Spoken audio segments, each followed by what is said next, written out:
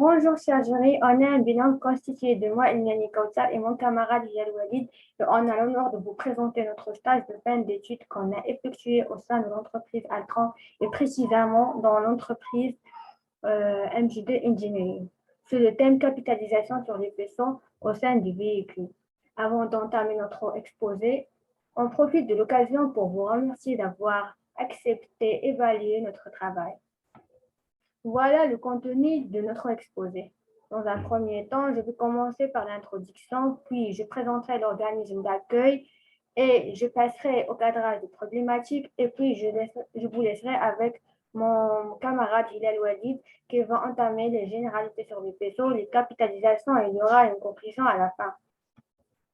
Notre point de départ, c'est la situation du Maroc c'est la stratégie du Maroc, qui profite de ses caractéristiques qui sont sa position géographique, sa situation socio-économique, qui lui confère un nombre d'avantages pour intéresser les sociétés multinationales dans le domaine du câblage automobile.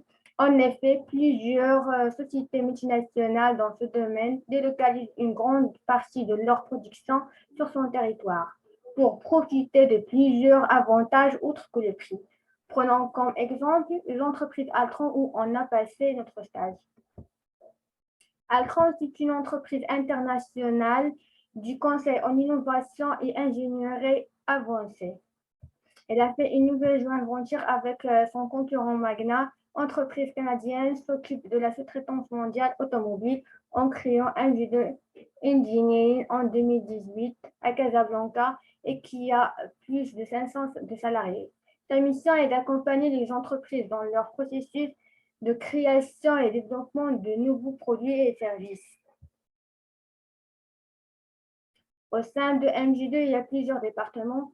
On a intégré une équipe dans le département du service électrique et électronique qui s'occupe de l'architecture électrique du véhicule, la conception 3D et 2D des vaisseaux, le bilan dynamique et statique, le schéma de principe de l'étude et la conception des pièces et des supports de vaisseaux.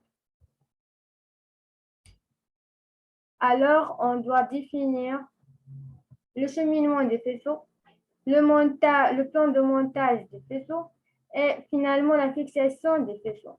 En prenant compte des règles de la conception des vaisseaux, l'environnement des véhicules, les interfaces électriques des organes à alimenter et l'étude des standards de diagnostic automobile et finalement la découverte des outils du diagnostic et réseau automobile. Pour bien définir notre problématique, on se base sur la démarche démaïque. En 5 phases, il y a la phase définir, mesurer, analyser et innover, finalement la phase contrôler. À la phase définir, il y a les 7 questions. On a le qui, le quoi, le où, le quand, le comment et le pourquoi. Qui est concerné par le problème, c'est la PSA. De quoi s'agit-il? C'est une modification 3D. Où le problème apparaît-il? Il paraît lors des jalons projet. Quand apparaît le problème durant le processus? Comment le problème apparaît-il dans la mini-ligne? Et pourquoi ce problème? C'est à cause de la non-relecture du plan. À la phase définir, on a identifié le projet critique et ses défauts prioritaires. Au bout de 263 fêtes, c'est une fiche d'évolution technique et économique qui donne une description de chaque modification faite sur le projet. On a trouvé que la majorité des défauts prioritaires sont commis au niveau des faisceaux habitacles principal et faisceaux de planche de bord. À la phase mesurée, on a le diagramme des défauts exogènes qui sont commis au-delà du département et endogènes sont commis à l'intérieur du département. Au bout de 263 défauts, on a trouvé 116 défauts endogènes et c'est un nombre très important qu'on doit le marquer en rouge. Pour cela, on a décortiqué et identifié la défaillance à partir du diagramme Pareto. On trouve que la défaillance est au niveau de la longueur du faisceau, l'habillage du faisceau et le changement d'agrafe qui assure le cheminement des faisceaux. Les 3 problèmes sont dédiés à la conception 3D. À la phase analysée, on a déterminé les causes racines du problème en remplissant le diagramme Ishikawa. On a la problématique majeure, c'est la répétition des erreurs en conception 3D des faisceaux. On a les 5 M. On a la main-d'œuvre, il y a un problème de changement de ressources, le manque de compétences, la répétition des erreurs.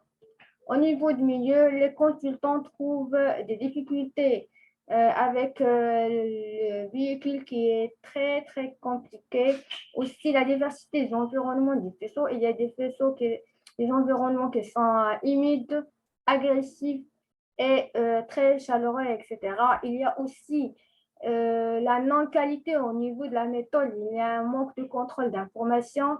Alors, au niveau des matériels, chaque consultant il a l'accès à la machine virtuelle des PSA et à un poste de travail Core 5 et Core 3 en travaillant la conception 3D des faisceaux sur cachets V6 comme matière. On a arrivé à définir la problématique et cadrer le projet. Alors, on a deux problématiques. La première, c'est la répétition des mêmes erreurs entre différents consultants au niveau de la conception 3D des faisceaux. Il y a aussi la fiabilité et la sécurité qui sont menacées. On a, à la phase innovée, on a donné deux solutions. La première solution proposée de notre team leader qui nous a demandé de faire des capitalisation sur la conception 3D des vaisseaux pour qu'il soit un petit manuel simple et compréhensible pour les nouveaux consultants.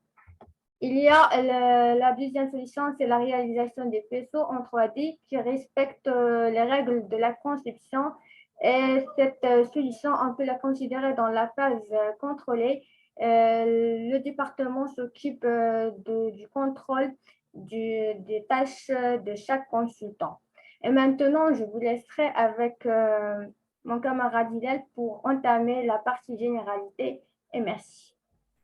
Merci, Kautar. Et en commençant par des généralités, exactement dans la fabrication de faisceaux. Et pour la fabrication de faisceaux, on a besoin de respecter quelques tâches.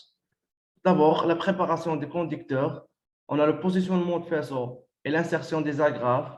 Aussi, le contrôle de qualité et la vérification de continuité, c'est-à-dire le test électrique. Ensuite, on a l'assemblage et l'insertion des fils.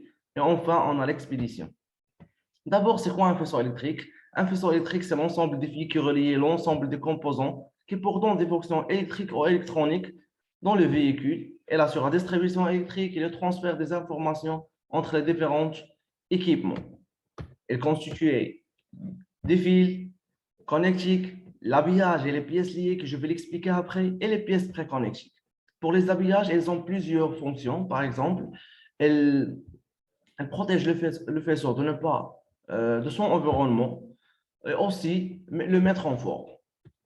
Pour les pièces liées, voici une image qui montre l'agrafe, seulement pour garantir le cheminement de faisceau dans le véhicule. Passons maintenant à l'environnement de faisceau au sein de véhicule. Exactement la distribution de véhicule. Cette illustration montre les principales parties dans le véhicule et leur nom technique, en commençant par la caisse et l'équipement véhicule. Elle comporte le ferrage, les plans de bord, les planches de bord, les ouvrants, les châssis, etc.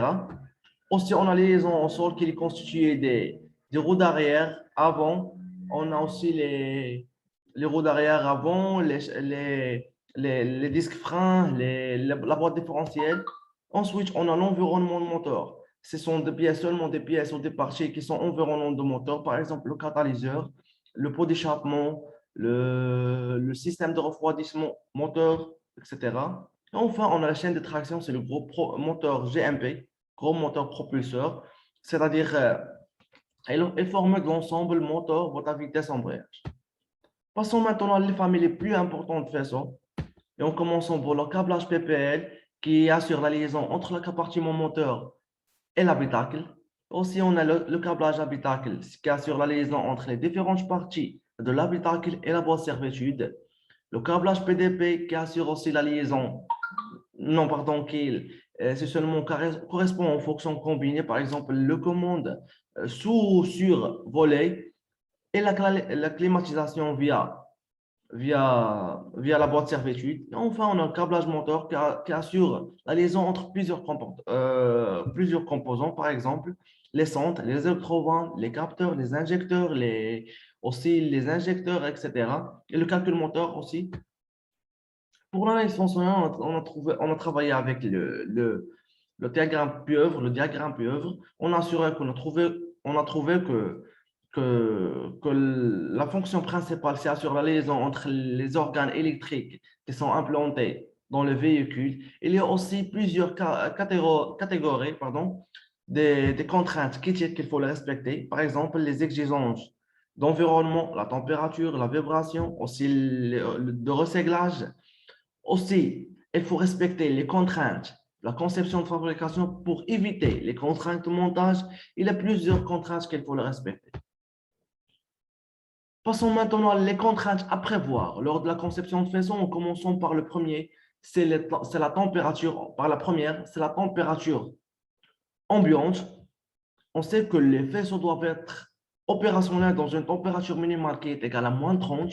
Et pour la température maximale, on a un tableau qui montre les différentes températures dans chaque zone.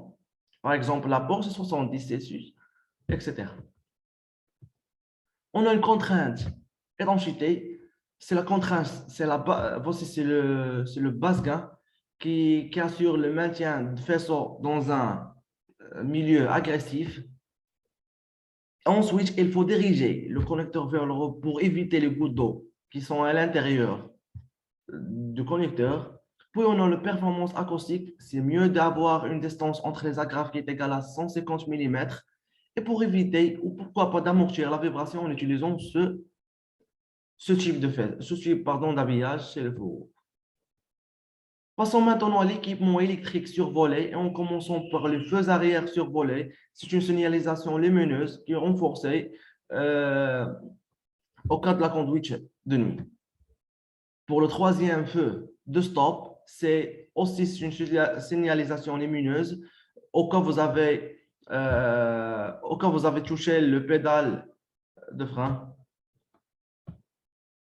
Pour l'éclaireur de plaque, c'est facile. C'est seulement avoir une lumineuse très claire sur la partie d'immatriculation en nuit, la nuit.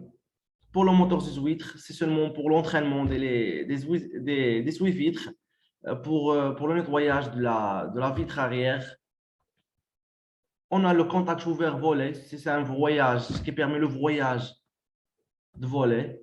On a une caméra arrière, une caméra derrière qui donne une image panoramique au cas de stationnement. On a l'ensemble à serrure qui permet le voyage effectif de volet. Ensuite, on a ce bouton poussoir qui permet le voyage et le réglage aussi d'angle d'ouverture volet. On a le boîtier coffre-moteur qui permet l'entraînement des différentes parties d'entrée sur le volet. Et voilà cette image qui nous a montré le module d'assistance fermeture volet. On a ce vérin électrique, c'est un actionneur motorisé.